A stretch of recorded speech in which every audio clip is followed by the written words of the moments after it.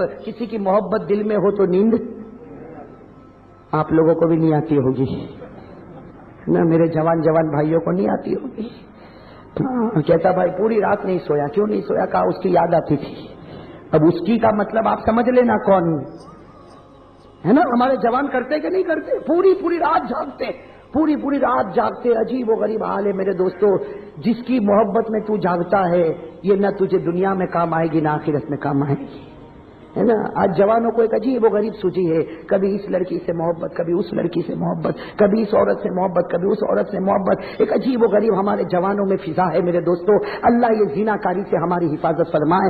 اللہ آنکھوں کا غلط استعمال کرنے سے ہماری حفاظت فرمائے. میرے دوستو لڑکا لڑکی گھروں سے بھاگ رہے ہیں، ماں باپ کی اجازت کے بغیر شادیاں ہو رہی ہے، ماں باپ کی رضامندی کے بغیر شادیوں کو اٹھایا جا رہا ہے. آج ہمارا جوان کس کی محبت میں رات کو جاگتا ہے؟ ارے جس کی محبت میں تو جاگتا ہے یہ محبت نہ تجھے دنیا میں کام آئے گی نہ آخرت میں کام آئے گی. اے میرے جوانوں، سوائے اپنی جسمانی کمزوری کے اور کچھ نہیں ملنے والا. بھائی اپنے جسم کو کمزور کر رہے ہو. حضرت مولانا حکیم اختر صاحب، آپ نے نام سنا نہیں سنا؟ حضرت مولانا حکیم اختر صاحب پاکستان کے بہت بڑے عالم ربانی. انہوں نے کہا، بہت اچھی بات کہی، خدا سے محبت کر یہ عشق حقیقی ہے. خدا سے محبت کرو یہ عشق حقیقی ہے، اور کسی لڑکی سے محبت کرنا عشق مجازی ہے. اور کہتے عشق حقیقی پر جنت ہے، عشق مجازی پر جہنم ہے. تو بات سمجھ میں آئی؟ اسی لیے حضرت مولانا حکیم اختر صاحب پاکستان کے بہت بڑے عالم ربانی، خود شاعر بھی ہے. انہوں نے ایک شعر مجھے تو بہت پسند آیا. انہوں نے شعر لکھا کہ جو لوگ ادھر ادھر کی محبت میں پھنس جاتے ہیں اور پھر راتوں رات جاگتے ہیں. بھائی جاگتا کہ نہیں جاگتا؟ اور دوسرے دن اس کو کہتا بھی کہ تیری یاد میں رات بھر سویا نہیں. اس کو کہتا تیری یاد میں رات بھر سویا نہیں. اب وہ بھی کہتی ہوگی میں بھی سوئی نہیں. کس کو معلوم وہ خراٹے لے لے کے سوتی ہوگی. تو پاگل ہے اس کا. حضرت مولانا حکیم اختر صاحب نے کہا، ایسے محبت کرنے والے کو کہا مغز دماغ پہ کھوٹے دل پہ ہتھوڑے. ہے نا، دماغ بھی پریشان دل بھی پریشان. کہتے مغز دماغ پہ کھوٹے دل پہ ہتھوڑے، بتاؤ عشق مجازی کے مزے کیا لوٹے ہیں. بتاؤ اس کے مجازی کے مزے کیا لوٹے، سوائے جہنم کے کچھ نہیں. میرے دوستو خیر میں تھوڑا ادھر ادھر ہو گیا، لیکن ایک صحیح بات ہے میرے دوستو، محبت کرنا ہو تو جب بات آئی، بھائی آپ کو برا تو نہیں لگتا نا؟ برا تو نہیں لگتا؟ کہو نا، زور سے کہو نا. میرے جوانوں سے پوچھ رہا ہوں، بوڑھوں سے نہیں پوچھ رہا ہوں. بھائی برا تو نہیں لگتا نا؟ لیکن ایسی راتیں ہماری جا رہی کہ نہیں جا رہی؟ نہ عشاء زندگی میں، نہ فجر زندگی میں، اور رات میں کسی عورت کا خیال، کسی لڑکی کا خیال. اور میرے دوستو اپنی جوانی کو بگاڑ رہا. کل قیامت میں اللہ پوچھے گا، یہ تجھے اتنی اچھی جوانی دی تھی، تو نے جوانی کو کہاں برباد کر دیا؟ ارے میرے دوستو یہ لڑکیوں کا خیال، عورتوں کا خیال، اور یہ لڑکی کو لے کر بھاگنے کا پلان، عورت کو لے کر بھاگنے کا پلان، ارے میرے دوستو یہ ہمارے جسم کو کمزور کرتا ہے. اور کل قیامت میں اللہ پوچھے گا کہ تو نے اپنی جوانی کو کہاں کھپایا تھا. اور میرے دوستو اگر نہیں جواب بنے گا تو بہت بڑا عذاب اللہ کی طرف سے آئے گا. اللہ ایک ایک بدن کے ٹکڑے کا حساب لے گا، اور اس وقت جواب نہ بن پڑے گا تو میرے دوستو بتاؤ کیا کریں گے؟ ارے بات سمجھ میں آ رہی نہیں آ رہی؟ ایک بات آپ کو بتاؤں، ایک بہت بڑے محدث جن کا نام ہے حضرت عبداللہ ابن مبارک. کیا نام ہے؟ حدیث کے امام تھے، حدیث کے امام، اور بہت مالدار تھے اور لمبے چوڑے، بڑے خوبصورت تھے. کون؟ حضرت عبداللہ ابن مبارک. بہت خوبصورت تھے، حدیث کے امام تھے، لیکن معلوم نہیں کسی عورت کے چکر میں پڑے. میں کسی عورت کے چکر میں پڑے. اب سننا، یہ بات سننا. اس لیے میں کہتا ہوں میرے دوستو علم حاصل کرو. علم ایک نہ ایک دن کامیابی تک لے جائے گا. بھائی لے جائے گا نہیں لے جائے گا. کسی عورت کے چکر میں پڑے. کون؟ حضرت عبداللہ ابن مبارک.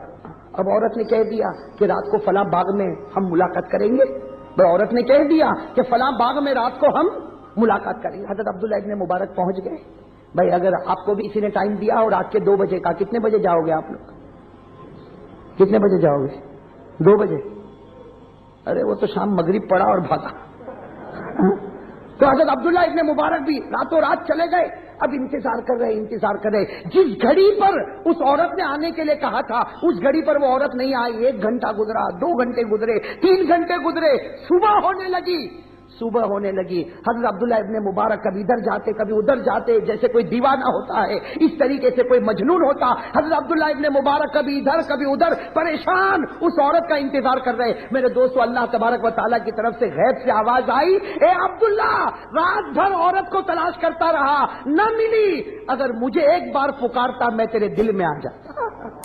رات بھر عورت کو پکارتا رہا، نہ ملی، ایک بار مجھے پکار لیتا میں تیرے دل کی دنیا بدل دیتا۔ اور اس کے بعد اللہ کی آواز آئی، الم یعنی للذین آمنوا ان تخشع قلوبہم لذکر اللہ۔ اللہ نے کہا، عبداللہ، کیا اب بھی وقت نہیں آیا کہ تم میرے دربار میں آ جا، میری محبت پیدا کر لے، پھر کسی اور محبت کی ضرورت نہیں رہے گی۔ میرے دوستو، اسی دن سے حضرت عبداللہ ابن مبارک کی زندگی بدل گئی۔ اور بدلی تو کیسی بدلی، بدلی تو کیسی بدلی، بدلی تو ایسی بدلی میرے دوستو، سارا مال خیرات کر دیا، سارا مال خیرات کر دیا۔ اور ہوا کیا، بعد میں تو پیارے نبی کی ایسی محبت دل میں بیٹھی، قسم اللہ کی، اللہ ہم کو ایسی محبت نصیب فرمائے۔ حضرت عبداللہ ابن مبارک کے دل میں ہمارے نبی کی اتنی محبت بیٹھی کہ حج کا موسم آیا۔ کون سا؟ حج کا موسم آیا۔ آپ حج کرنے نہیں گئے، آپ حج کرنے نہیں گئے، لیکن بصرہ والوں کی جماعت کو چھوڑنے کے لیے گئے۔ بھائی جاتے نا حاجیوں کو چھوڑنے کے لیے ایئرپورٹ تک جاتے نا، تو حضرت عبداللہ ابن مبارک بھی بصرہ کی پوری جماعت کو چھوڑنے کے لیے گئے۔ اور جب چھوڑ رہے تھے، بصرہ کے کنارے پر چھوڑ رہے تھے، تو کہا، اے بصرہ والو، اے حاجیوں، میرے نبی کو میرا سلام کہنا، اور کہنا کہ عبداللہ تمہیں بہت یاد کرتا ہے، کہنا کہ عبداللہ تمہیں بہت یاد کرتا ہے۔ میرے پاس اتنے پیسے نہیں کہ میں حج کروں، لیکن اے بصرہ والو، جاتے ہو جاؤ، میرے نبی کے دیار میں جانا اور جا کر کہنا کہ عبداللہ تمہیں بہت یاد کرتا۔ وہ سارے بصرہ والے گئے، اور وہ کہتے کہ جب ہم نبی کی مبارک قبر پر پہنچے اور ہم نے کہا کہ وہ عبداللہ نے تمہیں سلام کہا ہے، میرے دوستو آج بھی کتابوں میں لکھا، قبر مبارک سے ہاتھ نکلا، کس کا؟ ہمارے آقا محمد الرسول اللہ صلی اللہ علیہ وسلم کا ہاتھ نکلا، اور ایک بہت خوبصورت تھیلی آگے بڑھائی اور کہا، میرے عبداللہ کو یہ پہنچا دینا۔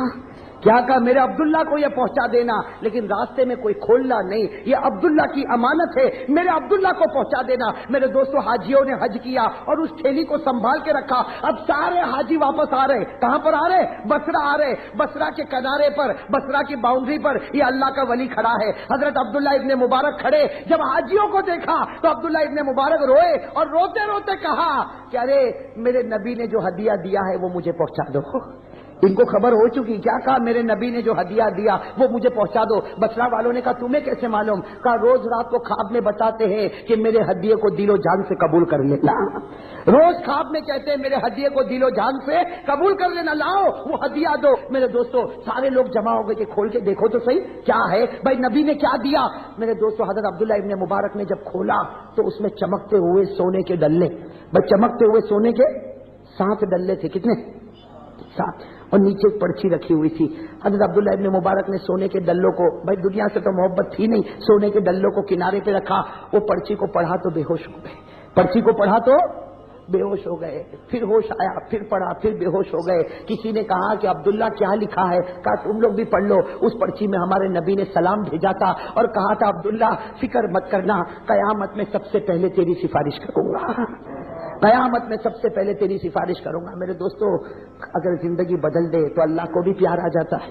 بھئی یہ وہی عبداللہ جو کس کے انتظار میں کھڑے تھے، اور آج وہی عبداللہ جی کو ہمارے نبی غیب سے پرچی بھیج رہے کہ فکر مت کرنا، سب سے پہلے قیامت میں تیری سفارش کروں گا۔ میرے دوستو، ہم بھی تو کر سکتے نہیں کر سکتے؟